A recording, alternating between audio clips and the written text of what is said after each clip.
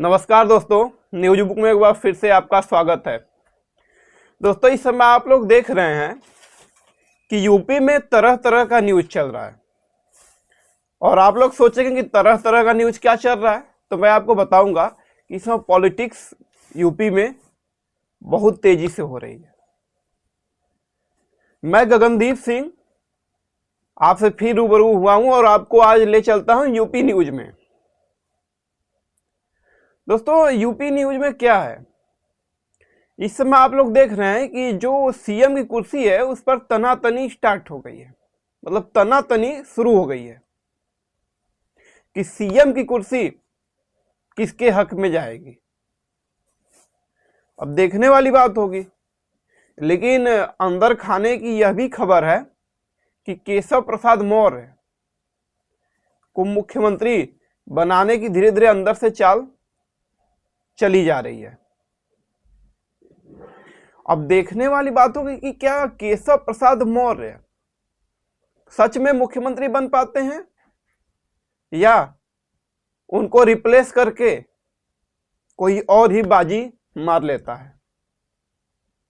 लेकिन दोस्तों, मैं आपको बताऊंगा यह चीज जरूर कि केशव प्रसाद मौर्य अमित शाह के इतने करीब हो गए हैं, इतने करीब हो गए हैं कि हर एक चीज, हर एक खबर यूपी से जुड़ी हुई हर जगह अमित शाह के पास पहुंच जा रही है। यह सूत्रों के हवाले से खबर है। जो अंदर रिपोर्टिंग करते हैं, जो कुछ लोग अंदर से यह चीज जानते हैं दोस्तों, वह लोग यह चीज बता रहे हैं कि केशव प्रसाद मौर्य का वर्चस्व पार्टी में धीरे धीरे बढ़ रहा है। और मैं आपको ये क्यों बता रहा हूं, मैं इसलिए आपको बता रहा हूं कि आपको भी यह जानना जरूरी है कि क्या केशव प्रसाद मौर्य योगी आदित्यनाथ को क्या रिप्लेस कर पाएंगे, यह तो पता नहीं, लेकिन लगता है 2027 तक केशव प्रसाद मौर्य ही मुख्यमंत्री हो सकते हैं। और मैं आपको यह क्यों बता रहा हूं कि हो सकते हैं, क्योंकि यह संभावना तब बढ़ जाती है जब केशव प्रसाद मौर्य को हर स्टेट में उप प्रभारी से लेके पर्यवेक्षक तक की जिम्मेदारी उनको सौंप दी जाती है। दोस्तों, देखने वाली बात यह भी है कि क्या नरेंद्र मोदी जी को उधर अमित शाह जी रिप्लेस करने वाले हैं और इधर केशव प्रसाद मौर्य योगी आदित्यनाथ को रिप्लेस ही नहीं, गद्दी पर से हमेशा के लिए हटा देने वाले हैं। और यह मैं नहीं कह रहा हूं, यह अंदर खाने की खबर है। और आप लोग देखिएगा 2027 आते आते यह तनातनी, दिल्ली और लखनऊ वाली तनातनी, यह आला कमान के पास एक चर्चा रह के रह जाएगी। और आप लोग देख रहे हैं एक चीज कि इस पे विपक्ष भी बार बार केशव प्रसाद मौर्य पे हमलावर है कि केशव प्रसाद मौर्य ओबीसी चेहरा होने के बावजूद 2017 में बीजेपी को पूर्ण बहुमत और बम्पर बहुमत कहें तो बम्पर बहुमत दिलाने वाले केशव प्रसाद मौर्य, उनको एक तरह से स्टूल मंत्री का दर्जा दे दिया गया है पार्टी में। और यह मैं नहीं कह रहा हूं, यह जितने विपक्ष हैं वह यह बात उठा रहे हैं। और ओबीसी एक चेहरा होना भी केशव प्रसाद मौर्य के हक में सीएम की कुर्सी ले जा सकता है, क्योंकि आप लोग देख रहे हैं कि हर जगह ओबीसी को ही तवज्जो दी जा रही है। आप लोग देखे होंगे बीते वर्षों में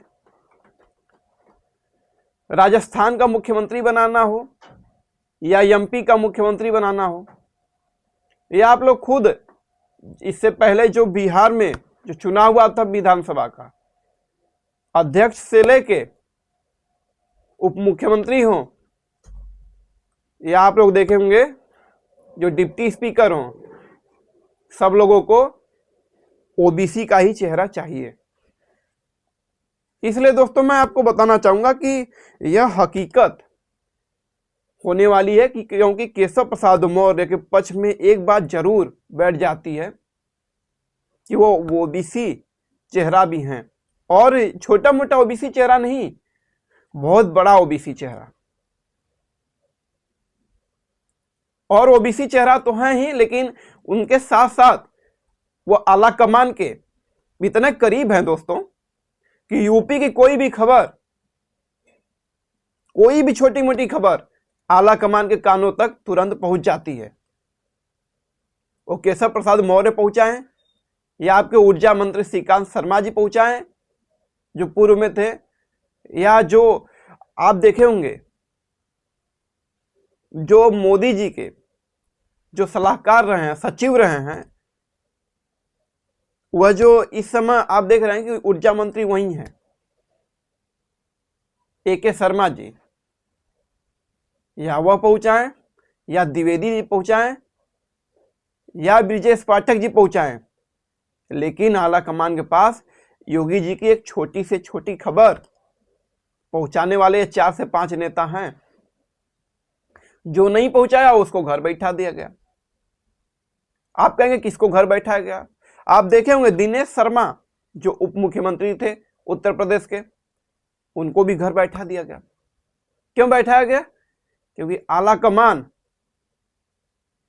को जो आंखें दिखाएगा और आला कमान के खिलाफ जो जाएगा उसका यही हश्र होगा, यह सबको पता है। लेकिन अभी मैं आपको बता दूं, योगी जी के साथ अगर कोई खड़ा इस समय मजबूती से, 2-4-10 नाम है जो योगी जी के साथ इस समय जम के खड़े हैं।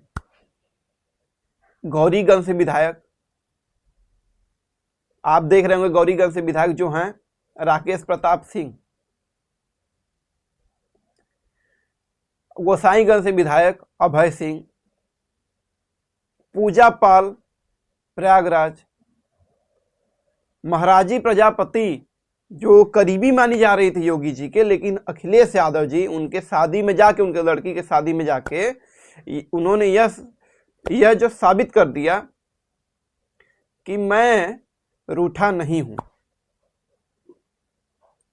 और यह एक तरह से पूरी तरह से स्पष्ट अखिलेश यादव ने कर दिया है।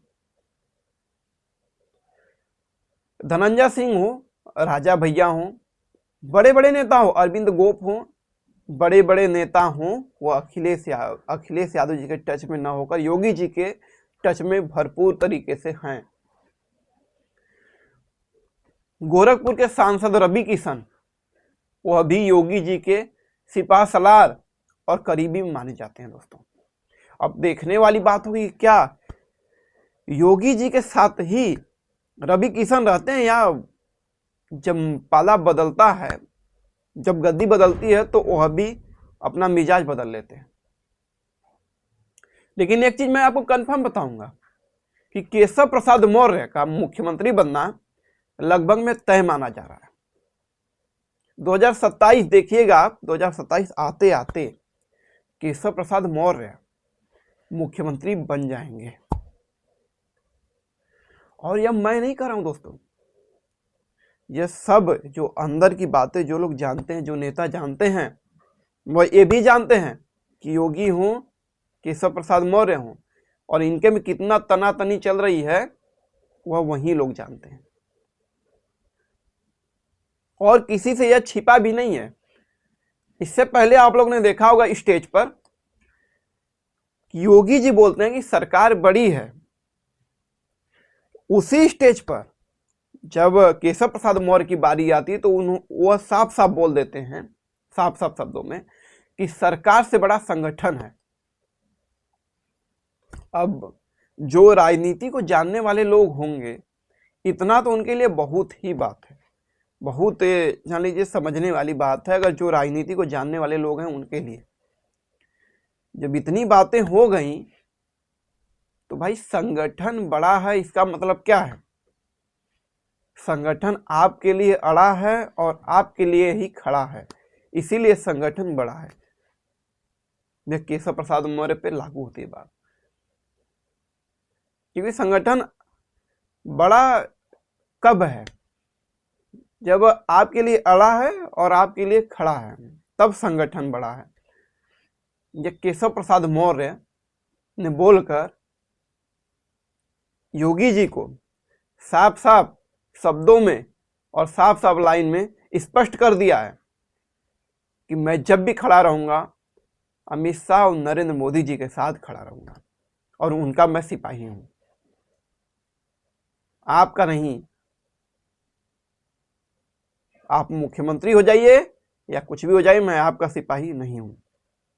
दोस्तों, अगर भविष्य में कभी अमित शाह जी का प्रधानमंत्री नहीं बनते हैं, अगर योगी जी गलती से प्रधानमंत्री बन जाते हैं, तब केशव प्रसाद मौर्य का क्या होगा यह तो आता पता नहीं चलेगा भाई। क्योंकि योगी जी भी फुल प्लान बना के बैठे हैं केशव प्रसाद मौर्य जी के खिलाफ। लेकिन अमित शाह जी अपना जो चाणक्य नीति है, जो चाणक्य हैं, वह अपना पूरी तरह से चारों ओर चाणक्य नीति तय करके बैठे। आप अवध की बात कर लीजिए। अवध में बृजभूषण शरण सिंह उर्फ नेताजी, नेताजी को साथ में लेना सबके बस की बात में नहीं है। नेताजी सबके साथ वैसी कोई बात नहीं है। नेताजी उसी के साथ रहते हैं जो उनकी बातें सह सके। अगर वह गलत को गलत बोलते हैं, सही को सही बोलते हैं। जब वैसे अगर आप सह सकते हैं तब अपने पार्टी में रखिए, अगर नहीं सह सकते तो वह इतने बड़े लीडर हैं बृजभूषण शरण सिंह उर्फ नेताजी कि जब चाहें 2 4 10 विधायक इधर का उधर कर दें। और अमित शाह भी यह बात बहुत अच्छी तरह जानते हैं। मैं दोस्तों आपको बता रहा हूं कि अमित शाह जी अवध में बृजभूषण शरण सिंह उर्फ नेताजी को रखें। पूर्वांचल में दिनेश लाल यादव निरहुआ, कम में मत आकिएगा भाई। नेता तो छोटा है लेकिन एक तरह से खोटा है, खोटा सिक्का। चंदौली आप चले जाइए सोनभद्र की तरफ, सुशील सिंह योगी जी के करीब हैं, लेकिन वहीं बगल में ही ब्रिजेश सिंह अमित शाह के करीबी हैं, उनके चच्चा। आप लोग इधर चले जाइए, इधर क्षेत्र में आप तमिलनाडु हो, जो आईपीएस ऑफिसर है उसको प्रदेश अध्यक्ष बनाने का काम कौन किया? योगी जी। इधर चले जाइए आप हैदराबाद में टी राजा, वो कौन रखा है? योगी जी। योगी जी नहीं मतलब अमित शाह जी। और सॉरी मैं बता रहा हूं, तमिलनाडु में भी अमित शाह ही हाथ रखे हैं, जो प्रदेश अध्यक्ष हैं तमिलनाडु में। दोस्तों, यही सब चीजें देखकर मध्य प्रदेश में जो मोहन यादव है वह अमित शाह के बहुत ही करीबी हैं। राजस्थान के मुख्यमंत्री जो भजन लाल शर्मा है वो भी अमित शाह के बहुत ही कट्टर समर्थक हैं। छत्तीसगढ़ के ले लीजिए आप, या आप और आगे चले जाइए, और भी जब आप आगे जाएंगे तो आपको उड़ीसा के मुख्यमंत्री मिलेंगे, वह भी पी जैन, वह भी अमित शाह के बहुत ही करीबी और लाड वाले मिलते हैं, बताए जाते हैं। जम्मू में आप चले जाइए, खबर यहां तक भी है खबर कि जो फारूक अब्दुल्ला हैं वो भी अमित शाह के बहुत ही करीबी माने जाते हैं। जब भी अल्टी पल्टी मारना वो मार देंगे। झारखंड में 2-3 दिन से न्यूज चला है कि हेमंत सोरेन अमित शाह के संपर्क में है। तो दोस्तों, यही सब चल रहा है इस समय। और आप जब यूपी में आएंगे तो आपको सबसे बड़ा नाम अमित शाह का दिखेगा, तो केशव प्रसाद मौर्य। और मैं आपको बता दूं, यह चीज आप लोग जान लीजिएगा, जो भी अमित शाह के करीबी रहा है वह एक न एक दिन मुख्यमंत्री जरूर बना है।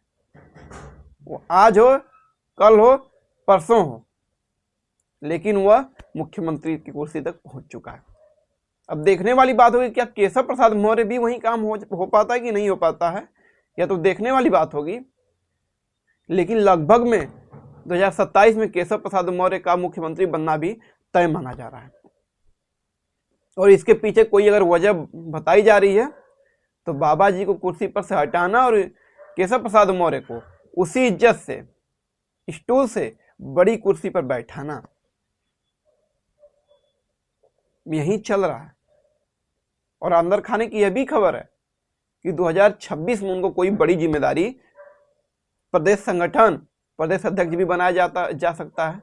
राष्ट्रीय अध्यक्ष के नाम पर भी उनकी चर्चा चल रही थी, लेकिन इस समय चर्चा शांत है। लेकिन प्रदेश अध्यक्ष केशव प्रसाद मौर्य को बनाया जा सकता है या आला कमान का फैसला हो सकता है। अब देखते हैं आने वाले समय में क्या होता है। लेकिन केशव प्रसाद मौर्य को अंदर खाने की यही तो खबर चल रही है कि केशव प्रसाद मौर्य को प्रदेश अध्यक्ष बना दिया जाए। योगी आदित्यनाथ को 2027 में मुख्यमंत्री के पद से हटा के उनको कहीं केंद्र में जगह दे दिया जाए, सांसद बना के। अब इसके बाद पता नहीं कि योगी जी काम करेंगे नहीं करेंगे, क्योंकि योगी जी का भी बीच में बयान आया था कि जो मुख्यमंत्री कुर्सी है उससे बड़ा मेरा गोरखपुर का जो कुर्सी है वह बड़ी है। योगी जी का भी बयान आया था इसी में। लेकिन केशव प्रसाद मौर्य तो साफ साफ शब्दों में कह रहे हैं संगठन ही बड़ा है, वही मेरे लिए खड़ा है और वही मेरे लिए बड़ा है। तो इसी पर केशव प्रसाद मौर्य जी भी अड़े हैं। अब देखने वाली बात होगी क्या केशव प्रसाद मौर्य सच में मुख्यमंत्री कुर्सी तक पहुंच पाते हैं? क्या केशव प्रसाद मौर्य सच में प्रदेश अध्यक्ष बन सकते हैं? क्या केशव प्रसाद मौर्य उप मुख्यमंत्री रहते हुए भी गृह मंत्रालय योगी जी से छीन सकते हैं? यह सब वह बातें हैं जो भविष्य के गर्भ में दबी हुई हैं। और इससे पहले भी जब खबर आ रही थी तो AK शर्मा जो प्रधानमंत्री के जो सचिव थे, जो मतलब सहायक सचिव थे, उनको IAS के पद से जबरन रिटायर करवा के यहाँ पे उनको कैबिनेट मंत्री बनवाया गया। और मैं आपको ये भी बता दूं, कैबिनेट मंत्री बनवाया तो गया, लेकिन उनको एक चाल और थी कि उनको गृह मंत्रालय योगी जी से छीन कर दे दिया जाए। लेकिन योगी जी मानने वाले नहीं थे, इसी कारण उनको कैबिनेट मंत्री बनाया गया। जितिन प्रसाद थे जो अमित शाह जी के करीबी, वह अब दिल्ली में काम कर रहे हैं। दोस्तों यही सब बातें चल रही हैं। अब देखने वाली बात होगी क्या होगा आगे। अगर इससे कोई जुड़ी हुई खबर मिलती तो मैं आपको जरूर बताऊंगा। और केशव प्रसाद मौर्य जी से जुड़ी हुई कोई भी खबर अगर मिलती है तो इस चैनल पे आपको तुरंत मिल जाएगी। और मेरे चैनल को सब्सक्राइब कर लीजिए, लाइक कर लीजिए और फॉलो करना मत भूलिए। तब तक के लिए नमस्कार दोस्तों, फिर एक नए वीडियो में आपसे मिलते हैं। तब तक के लिए नमस्कार। आप अपना ख्याल रखें, स्वस्थ रहिए, मस्त रहिए।